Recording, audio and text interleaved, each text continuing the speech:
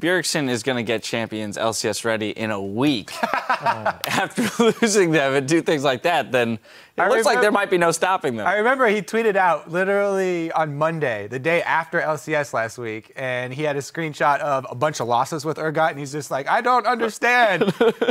5 days, 6 days later, he's like, I understand. He figured it out. He figured it out. Got it. As Riv mentioned, or Freak mentioned too, the clinching of first place there is obviously it's very nice. It's a nice little cherry on top of everything. They already knew they were in and things like that. And that gives them, I guess, the time to maybe, play something else, bring something else into the mix. But what I really want to touch on here is the fact that they went for this Juggernaut comp, right? Which we've seen a lot in Korea, haven't seen out here just yet, but increasingly prevalent as it is such a tank-heavy meta, and it allows you to shred tanks.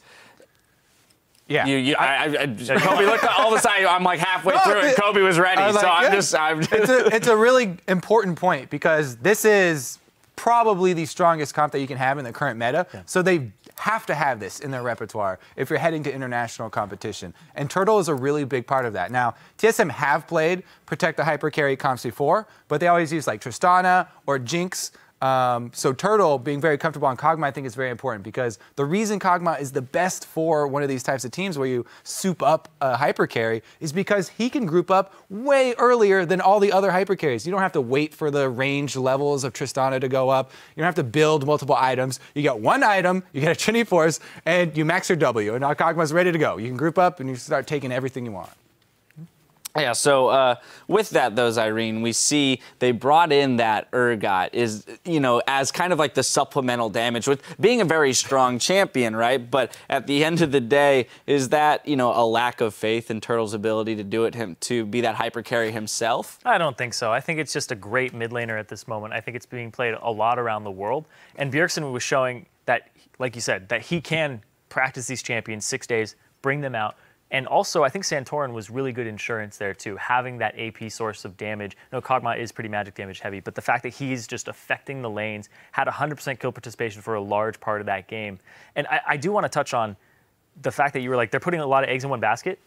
They were up 170 CS total at 20 minutes across all lanes. That's how much they were crushing Coast across the board. So they had a lot of faith in their ability to just take it to Coast, win every lane, and then close out the game. Like Dyrus, he got the opportunity to play League of Legends that game. It felt like he put a higher priority on farming the early game than he did anything else either that game, too. But yeah, I'm almost already tired of Urgot. We've only seen him for like a week, and I'm almost tired of him already. You're ready to see the counter. All over the world. Yeah, exactly. I really am looking forward to the counter because I've seen it all across the world in competitive play, seen it in solo queue. I'm tired of it already. Yeah, we'll have to see if somebody can bring out the counter to Urgot.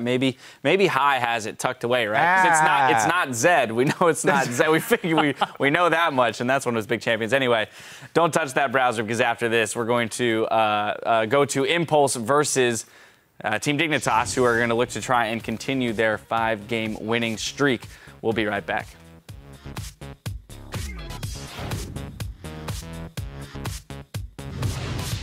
I hammered it. You used to keep saying that, dude. I think we need a remake. I think I need to mute. There you go. Go to there bundles. Bundles. And then get the EU icon. LCS. Refs, can you please mute Chris from my voice comms? Flash on in, the E, not quite gonna land. Spray and Pray does a little bit. Will they finish while Turtle off? Spear! It's gonna be a spear to trade it back. Can they do enough damage? Lulu comes in, Dyrus helps the team out, Lustboy does too, and Kog'Maw's getting some damage down. Lustboy, the first casualty, gonna face check in. They find him with the javelin at the same time.